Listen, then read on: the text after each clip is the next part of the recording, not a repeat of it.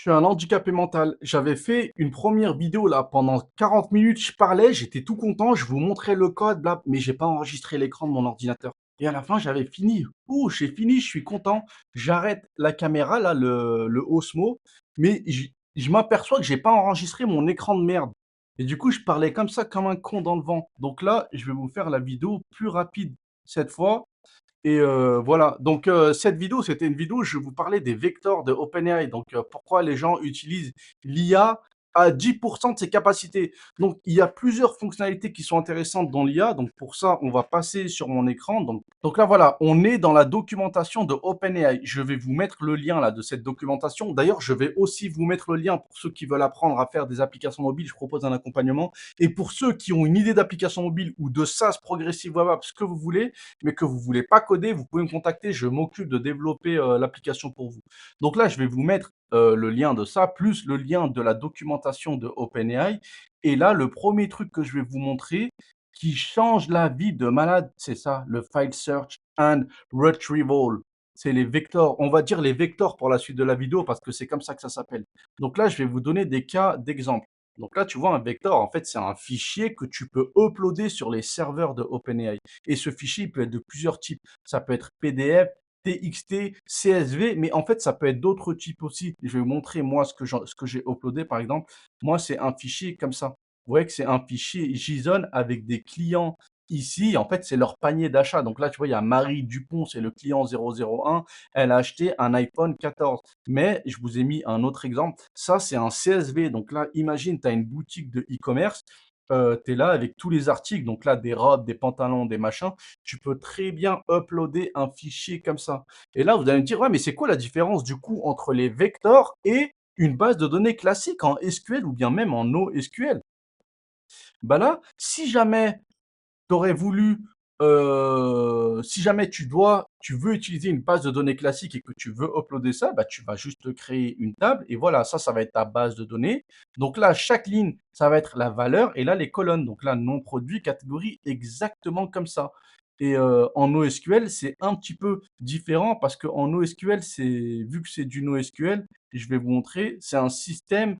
Là, pour les utilisateurs, par exemple, donc là, ça, c'est moi, c'est mon utilisateur, c'est un truc comme ça. Tu vois, au lieu d'être des colonnes, bah voilà, c'est des JSON, mais c'est exactement la même chose. Tu vois, là, ça aurait très bien pu être des colonnes aussi. Mais voilà, c'est à ça que ça ressemble du NoSQL et du SQL, ça aurait ressemblé à ça. Alors que le vecteur, tu peux juste lui donner un fichier tel quel, que ce soit un CSV, que ce soit un JSON, que ce soit un PDF, que ce soit du texte. Et déjà, premier avantage des vecteurs par rapport aux bases de données classiques, que ce soit en SQL ou en NoSQL, tu as pas besoin de créer la base de données. Tu as pas besoin d'aller dans SQL ou bien d'aller dans Firebase et de te créer une collection. Là, regarde, imagine, j'aurais voulu stocker, dans mon exemple à moi, ça c'est une liste d'utilisateurs, une liste de clients. J'aurais dû venir ici, là, je vais créer une collection, je vais l'appeler Customer. Donc là, ma liste de clients, OK. Après là, je viens rajouter un document. Là, je mets tous les champs qu'il y a ici. Donc là, le premier champ, c'est ID de type string. La valeur, c'est ça. Je copie ça. Après, là, je mets un deuxième champ. Je vais l'appeler name de type string. La valeur Marie Dupont. Voilà. Je sauvegarde ça. Et là, j'ai créé ma base de données NoSQL pour mes clients. Et après, bien sûr, là, il y aurait eu plein d'autres champs, hein. Il y aurait eu le champ email, pays, les achats, le prix, la date d'achat. Mais ça, je ne l'aurais pas fait à la main. Ça, si j'aurais dû le faire, je vous montre, je l'aurais fait comme ça. Add customer ici. Ah! Des fois, l'IA, ça veut pas se mettre. Voilà. Voilà, j'aurais fait un truc comme ça. Donc là, await DB collection customer add. Et là, en paramètre, je lui passe le customer. J'aurais appelé cette méthode-là avec cette méthode et j'aurais parcouru tout mon tableau ici. Donc, bon, après, vous allez me dire, bah ça va, c'est pas très long non plus. Mais bon, moi, ça me saoule de le faire parce qu'il faut que tu organises bien ton truc.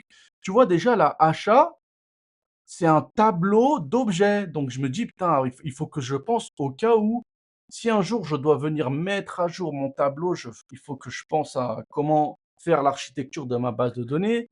Il faut que là, mon ID utilisateur, ça sera le même ID que la table ID où les ID sont sauvegardés. Donc, je me dis, ça sert à rien de sauvegarder l'email et le nom ici parce que là, j'ai l'ID du client.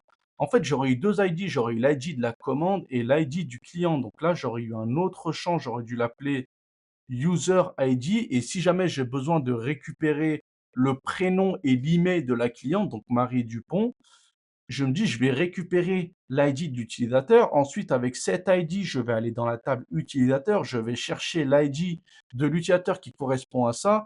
Et dans la table utilisateur, je vais retrouver l'email et le nom du client. Donc, ouais, il y aurait eu énormément de jointures, des trucs comme ça à organiser. Et là encore, c'est un exemple simple que je vous ai donné, hein. Mais des fois, tu as des données, il y a 10 tables, 20 tables qui sont liées entre elles avec des ID, des jointures. Donc, tu cherches dans cette table-là, tu récupères l'ID. Avec l'ID, tu vas chercher dans une autre table. Tac, cette autre table, il y a un ID qui va encore pointer vers une autre table. Ça complique ça peut très très vite devenir compliqué le truc. Donc déjà, il y a ça, alors que là, vous voyez, j'envoie juste mon fichier comme ça, tel quel. Peu importe les données, je demande à mon client, je suis là, tu imagines, moi je suis développeur, j'ai mon agence de développement, j'ai un client qui est là, ouais, j'ai un magasin, je veux stocker mes données, une application où je retrouve mes données par nom, par couleur, par taille. Voilà, renvoie-moi tous les articles qui correspondent à un homme taille 42. Ok, tac, donne-moi ton fichier CSV. Tu sais, les commerçants, ils ont tous des fichiers Excel. Elle me donne son fichier Excel, je l'envoie à OpenAI. Je me fais pas chier à faire une base de données organisée, jointure, machin. Envoie-le-moi tel quel, je l'envoie tel quel à OpenAI. Donc déjà, imaginez le temps que vous gagnez. Et ensuite, l'autre critère que je vais vous donner maintenant, c'est que, admettons, là pareil, on va reprendre l'exemple de la commerçante ici. Elle est là, elle a besoin, elle a un de ses clients, elle arrive, ouais, je suis un homme 42, taille 42, j'ai envie d'avoir un pantalon bleu. Pantalon bleu pour, il y a quoi encore comme critère? Un moins de 50 euros. Et toi, il faut que tu t'organises ça dans ta base de données. Donc, la base de données, tu l'as déjà, mais toi, il faut que tu fasses la recherche SQL pour aller récupérer, vérifier le nombre d'articles qui restent.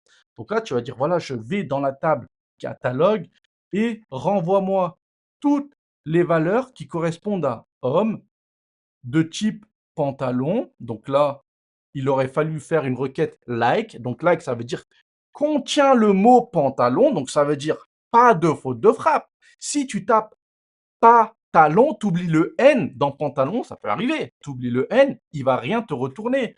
Ensuite, avec un prix inférieur à 50, avec une taille M et avec un stock supérieur et de la marque Street Fit, par exemple. Tu vas faire ta requête comme ça va te retourner. Donc, déjà, il y a ça. La requête, elle va être longue, hein. Alors que là, avec les vecteurs, si je prends mon exemple là, j'ai envie de lui dire, renvoie-moi tous les clients. Je vais vous montrer, je l'avais fait le prompt. Donc là, ça, c'est le code qui est lié à cette application-là. Ce code, je le donne à tous ceux qui ont rejoint l'accompagnement. Là, il est moche parce que là, le plus important, c'est pas le design. Là, c'est la logique derrière, c'est de comprendre. Donc ça, je le donne pour ceux qui veulent retrouver le code. Là, regarde, mon prompt, c'est ça. Retrouve les clients qui ont acheté un chargeur. Et vous voyez que dans chargeur, j'ai fait une faute de frappe, c'est volontaire. Vraiment, chargeur, c'est comme ça. J'ai enlevé le A. Juste un prompt comme ça, je fais ma recherche ici et là, l'IA, elle va comprendre qu'en fait, je parlais de chargeur. Même si j'ai oublié le A, il va quand même me retourner ça. Il va me retourner Marie Dupont parce que Marie Dupont a acheté un chargeur. L'IA a compris que je parlais de chargeur. Il va me retourner Baon Guyenne parce qu'elle aussi, elle a chargé un chargeur. Alors que je rappelle, j'ai fait une faute de frappe dans mon prompt, hein. J'ai pas mis le A de chargeur volontairement. Et regardez, malgré ça, il m'a trouvé les clients, il m'a trouvé Marie Dupont et il m'a trouvé Baon Guyenne. Ça, en code classique, il m'aurait pas retrouvé parce que le code classique, rappelez-vous, c'est c'est vrai ou faux, c'est 0 ou 1, il n'y a pas de marge d'erreur quand tu codes. Et elle est là la puissance de l'IA, c'est que l'IA t'autorise cette marge d'erreur supplémentaire. Même si tu fais une faute de, c'est pas grave, il va comprendre. Et ça, OpenAI l'explique. Donc déjà, vous allez me dire, ouais, mais comment faire pour uploader ton fichier? Donc pour uploader ton fichier JSON là de client ou bien ton fichier CSV, ou bien, je vous donne un autre exemple. Imagine, je sais pas, tu es un étudiant, tu as des PDF, 500 pages, machin, tu as envie de l'uploader dans les serveurs pour pouvoir faire des recherches après. Tu lui poses une question, il va rechercher dans tes cours et te renvoyer ce que tu veux. Ou bien là, pareil, si tu as un truc de e-commerce, il va te rechercher. C'est vraiment des cas de la vie de tous les jours, les gars. Toutes les sociétés ont besoin de cette fonctionnalité-là. Ça fait vraiment, vraiment gagner du temps. Donc là, tu vas dans la doc et là, regarde, il te met que déjà, tu dois créer un vecteur. Ça s'appelle le vecteur, ça. Et là, il te met la ligne. Tu as juste à copier-coller. Tu as même le bouton copier là. Tu choisis. Moi, je le fais en Node, hein, mais si tu le fais en Python, tu mets Python. Moi, je le fais en Node, je sélectionne Node, je copie et je colle dans mon code. C'est exactement ce que j'ai fait là. Regardez si je vais dans mon code et que là, je tape .create, c'est pas ça, c'est ça. Tu vois, vector store.create et je lui passe le nom. C'est exactement ça. J'ai juste copié cette méthode. Après, pour lui uploader le fichier, c'est ça, files.upload. Donc là, si je fais files.upload, c'est ça. Là, j'utilise fs create read stream, le file pass. Donc moi, le file pass, vu que là, mon truc, il est dans vector et que mon fichier, il est dans files, moi, mon file pass, ça sera point slash files slash customer.json. Toi, si ton cours, tu l'as foutu, je sais pas, dans download dans ton ordinateur, bah, ton file path, ça sera point download slash mes cours de biologie point PDF et t'envoies le fichier. Et ça va te renvoyer un ID. Donc, ça sera l'ID du vecteur. Et c'est avec cet ID-là que tu seras capable de retrouver le vecteur qui contient ton fichier. Et cet ID-là, bien sûr, tu dois le sauvegarder dans ta base de données, cet ID-là. Parce que, et c'est ce que je fais moi, tu vois, tu le sauvegardes, je vous montre à quoi ça ressemble. Une fois que tu as uploadé ton fichier, tu vois, ça te renvoie un ID vector qui ressemble à ça. Et cet ID-là, pourquoi tu dois le sauvegarder? Parce que voilà, le mec, il va pas rester H24 sur ton application. Il va la quitter, il va la rouvrir le lendemain, machin. Tu dois être capable de retrouver l'ID. Tu vas pas t'amuser à uploader le fichier à chaque fois que tu as besoin de faire une recherche dans ce fichier. Ce fichier-là, le fichier JSON, le fichier CSV, le PDF, ce que tu l'uploades qu'une seule fois. Et après, quand il le met à jour, tu le réuploades. Mais voilà, ils vont pas le mettre à jour tous les 4 matins. Mais tu l'uploades une fois au début, ça te renvoie un ID, tu stockes l'ID, et après tu viens faire une recherche dans ce fichier. Pour faire une recherche, je vous montre dans la documentation ici. Tu vois que pour faire une recherche, il te dit, attends, c'est ça, Search Query Data, Vector Search, tu lui passes l'ID, tu lui passes le query, et là, il sera capable de te faire une recherche. Une recherche sémantique en plus. C'est une dinguerie. Tu as même plus besoin de faire une recherche directe. Ça, en SQL ou en NoSQL, c'est pratiquement impossible parce que tu n'as pas droit à l'erreur. Il faut pas que tu te trompes, tu fais pas de faute de frappe. Déjà, à mettre en place, c'est relou, mais en plus, à vérifier derrière, tu peux te retrouver avec des requêtes SQL qui font 20 lignes de long quand tu as des trucs complexes à faire. Alors que là, regarde, ils t'ont mis un exemple. When did we go to the moon? Donc, quand est-ce qu'on est allé sur la Lune? Et là, il te met des exemples. Le premier texte, donc le premier alunissage, est arrivé en juillet 1969. Et là, tu vois le keyword similarity, 0%. C'est-à-dire que là, parmi les 7 mots, when did we go to the moon, il n'y en a aucun qui est contenu là-dedans. Le mot when, le mot moon, go, to, il n'y en a aucun là-dedans. Et malgré ça, regarde, la sémantique similarité, elle est de 65%. Parce que l'IA a compris que ça parlait d'alunissage, alors qu'il n'y a pas le mot moon dedans. Il y a le mot lunar, alors que là, dans la question, il y avait le mot moon. Donc là, il est capable de te répondre que c'est en juillet 1969. Quoique l'homme n'a jamais marché sur la Lune en vrai. Mais là, un autre exemple, regarde. Le premier homme sur la Lune, c'était Neil Armstrong. Donc là, la similarité, elle est de 27%. Parce que là, il y a le mot moon ici, et il est aussi ici. Mais pourtant, la sémantique, elle est inférieure. Parce que là, ça ne répond pas à la question. La question qu'on veut, c'est quand c'est une date. Et là, il n'y a pas de date. Et ça, l'IA l'a compris. Et à l'inverse, when I ate the mooncake, it was delicious. Tu vois, là, le premier mot, c'est when. Il est ici et il est ici. Et moon, moon. Keyword similarité 40% supérieur au premier et pourtant la sémantique 28%, largement inférieur. Et explique-moi comment en SQL et en NoSQL tu fais une recherche sémantique. C'est pas possible, tu peux pas. Donc elle est là la puissance de l'IA. C'est un truc de malade. Et après, pour faire ta recherche, regarde, ça se passe. Tu lis la doc. Les gars, lisez la doc, hein. Franchement, j'ai tout lu. Moi, ça m'a vraiment saoulé. Et j'ai même pas fini en plus. Là, pour l'instant, j'ai lu là tout ça là. J'ai lu, moi, je lis de haut en bas. Donc là, tu regardes tout ça. Là, j'ai tout lu. Et là, j'en suis au truc de file search. Et ça, c'est vraiment un truc que j'utilise. Dans une prochaine vidéo, je vais vous montrer les autres, le web search. Ça, je l'utilise beaucoup. Et le formatage des données aussi. Autre truc de dinguerie. Donc là, pour rechercher, ça se passe comme ça. Donc là, c'est, je crois que c'est query, un truc comme ça. Non, c'est pas ça. Voilà, search in vector file, c'est celui-ci là.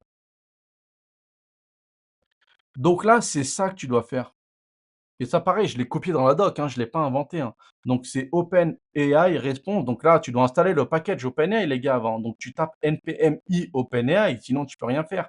Et là, le modèle à utiliser. Donc là, moi, le modèle que je recommande, là, je clique ici, c'est le GPT 4.1 Nano. Et même ça me mène au point suivant. J'arrête pas de voir des débats. Ouais, le modèle 5.1, il est pourri. Le 4, il est mieux. Le 4.1, il est mieux. Le 3O mini nano, il... Et ça, tout le temps, les gens qui ont ces débats-là, ils ont jamais utilisé l'IA, en fait. Et là, tu dis, mais pourquoi il est mieux? Eux, ils utilisent l'IA, tu sais, les prompts sur ChatGPT. Ouais, tu me conseilles de mettre une robe rouge ou bleue, des trucs comme ça. Mais en fait, il faut savoir que dans l'IA, chaque modèle, il va être meilleur à une certaine tâche plutôt qu'à une autre. Donc là, je vous ai dit que moi, pour la recherche de fichiers, dans les fichiers, j'utilise le 4.1 Nano. Regardez tous les modèles qu'il y a. Et OpenAI vous met la doc à chaque fois. Donc là, pareil, j'ai lu la doc de presque tous les trucs là qui m'intéressaient. Il y en a plein. Tu lis la doc. Et là, regarde, quand je suis arrivé à la doc du 4.1 Nano, tu vois le prix 10 centimes. 10 centimes pour 1 million de tokens. Rappel, un token, c'est à peu près un mot. Et en sortie, c'est 40 centimes. Et là, tu lis, te mets que voilà, il est very fast, donc il est très rapide. En sortie, ça te renvoie des textes, donc ça ne va pas te renvoyer, ça, le modèle là n'est pas capable de te retourner un audio ou une vidéo ou une image en sortie, mais il peut te renvoyer du texte. Moi, ça tombe bien, c'est du texte que je veux. Parce que mon format là, mon fichier, c'est du texte. Et de toute façon, même en CSV, PLB, ça, PDF, ça sera du texte. Mais par contre, n'oubliez pas, hein, moi je le formate. Hein. Il va pas me renvoyer un bloc texte dégueulasse, guillemets, ouais, c'est Marie Dupont, machin, machin, et je suis là, je dois trier pour savoir comment afficher Marie Dupont en haut, les articles, machin. C'est à ça que ça sert le format ZOD là. Mais ça, je vous ferai une vidéo dédiée. Ça, c'est même ça le truc que j'utilise le plus par rapport à l'IA, c'est le formatage des données. Super, super, super important. Et là, pour en revenir au modèle, je recommande le 4.1. Regarde, il te le met là. Le 4.1 Nano excelle à suivre des instructions et à l'appel des outils. Donc là, vous voyez que l'appel que j'utilise, l'appel API que je fais, j'utilise les tools. J'utilise bien les outils de type recherche de fichiers. Je lui passe le vector ID en paramètre et là, il est capable de savoir qu'il doit rechercher dans ce fichier-là. Il ne va pas chercher, je ne sais pas où. Il recherche dans ce fichier-là uniquement les trucs qui m'intéressent parce que j'utilise les outils. Et ça, il te dit clairement que le 4.1 Nano, il excelle là-dedans. Alors que si j'en avais pris un autre, par exemple le 5 mini, il te met, donc lui, il est déjà plus cher, 2 dollars en sortie, donc franchement pratiquement 4 fois plus cher le bordel. Il est rapide, version GPT, il est bien pour définir des tâches et des prompts précis. Mais moi, je m'en fous des prompts. Ou bien je regarde le 4.5. Tu vois, le 5, pardon, il est bien pour coder, pour raisonner ou pour faire des tâches à travers des noms de domaines, des domaines. Moi, j'ai pas besoin de faire ça. C'est de la recherche de fichiers que je veux faire. Donc, il y a un modèle pour chaque objectif. Et là, vraiment, j'ai presque tous testés. Hein. J'ai testé le 5.1, le Nano, le 4O. À l'époque, j'utilisais beaucoup celui-ci, là, le O3 mini ou bien le O4, je ne m'en rappelle plus. Et là, j'ai regardé la vitesse, c'était lequel le plus rapide pour me donner les informations dont j'avais besoin. Et vraiment, pour tout ce qui est recherche sémantique avec les vecteurs, je vous recommande le GPT 4.1 Nano. Donc voilà, c'était fin de cette vidéo pour vous montrer vraiment l'intérêt des vecteurs dans OpenAI. C'est un truc de malade. Ça fait vraiment, vraiment gagner énormément de temps quand tu es développeur. Là, si j'avais dû le faire ça, le stocker dans une base de données classique, après gérer les recherches, être sûr que la personne... Déjà, quand tu fais une recherche comme ça, si tu utilises un truc classique, tu peux pas mettre un prompt. Tu peux... Là, si je veux, je fais même le vocal. Tu peux même mettre dans mon application, j'implémente le vocal. Ouais, imagine la vendeuse dans son magasin, elle est toute seule et elle est là, tu lui implémentes son application IA, tu mets le vocal. Ouais, il y a un client, il est là, est-ce qu'il y a des pantalons taille 42? Tu laisses même les clients se démerder dans le magasin. Tu sais, tu leur mets un truc, ouais, QR code, ils scannent, ils parlent. Ouais, est-ce qu'en stock, il y a des chaussures 42, 43 rouges? T'as même plus besoin d'envoyer un magasinier ou un vendeur aller chercher dans la réserve, vérifier s'il y a la taille. Le fichier, là, les boutiques Foot Locker, machin, je suis sûr, ils ont un fichier CSV comme ça, avec tous les trucs. T'envoies juste ça, et voilà. Tac, prompt, vocal, blablabla. Est-ce qu'il y a la taille? Ouais, non, il te renvoie directement, il te dit, ouais, il y a de la taille. Elle est rangée dans l'étagère, machin, machin. Là, ça se trouve, je viens d'avoir une idée de malade comme ça à la volée. Mais ça fait vraiment gagner du temps. Alors que si tu aurais dû coder une application pour aller rechercher, tu peux pas mettre un prompt, hein. Parce que n'oubliez pas, quand tu codes une application, tu ne peux jamais faire confiance au front-end. Donc, imagine, tu mets un champ texte et le mec, c'est un sec-pas. Il est là, au lieu de taper Adidas, il va taper Adadas. Est-ce qu'il y a des chaussures Adidas qui restent? Ça va pas marcher. Donc, tu es obligé de leur mettre des listes déroulantes. Obligé, Nike, Adidas, Puma, machin, tu lui mets toutes les marques comme ça, tu es sûr qu'il ne se trompe pas, il n'a pas le choix, c'est pas lui qui écrit, il choisit ça, la marque. Après, la pointure, pareil, tu lui affiches une liste déroulante, tu ne le laisses pas taper, hein, parce que le mec, c'est un handicapé, il va taper 442 au lieu de 42. Liste déroulante, 41, 42, 38, machin. Il sélectionne la couleur, tu ne le laisses pas taper. Il va taper ruse au lieu de rose et ça va pas marcher. Du coup, tu lui mets toutes les couleurs. Alors que là, avec l'IA, tu le laisses taper ce qu'il veut. L'IA va comprendre les fautes de frappe, va comprendre que le mec, c'est un sec-pas, il fait des fautes de frappe, mais malgré ça, il va comprendre ce qu'il voulait rechercher et il va te retourner les vrais résultats. C'est un truc de malade. Donc voilà, fin de cette vidéo. N'oubliez pas, si jamais vous voulez apprendre à faire des applications, vous pouvez rejoindre mon groupe. J'offre une masterclass gratuite où je donne le code source d'une application et où je montre comment implémenter la publicité gratuitement, les achats intégrés, comment publier une application, comment créer un back-end, une base de données, comment lier le front-end au back-end. Tout ça, c'est gratuit dans une masterclass que je donne. Vous avez juste à cliquer dans le lien sous la description. Et prochaine vidéo, je vais vous montrer le web search et après aussi le formatage des sorties de OpenAI. Donc voilà, merci d'avoir regardé.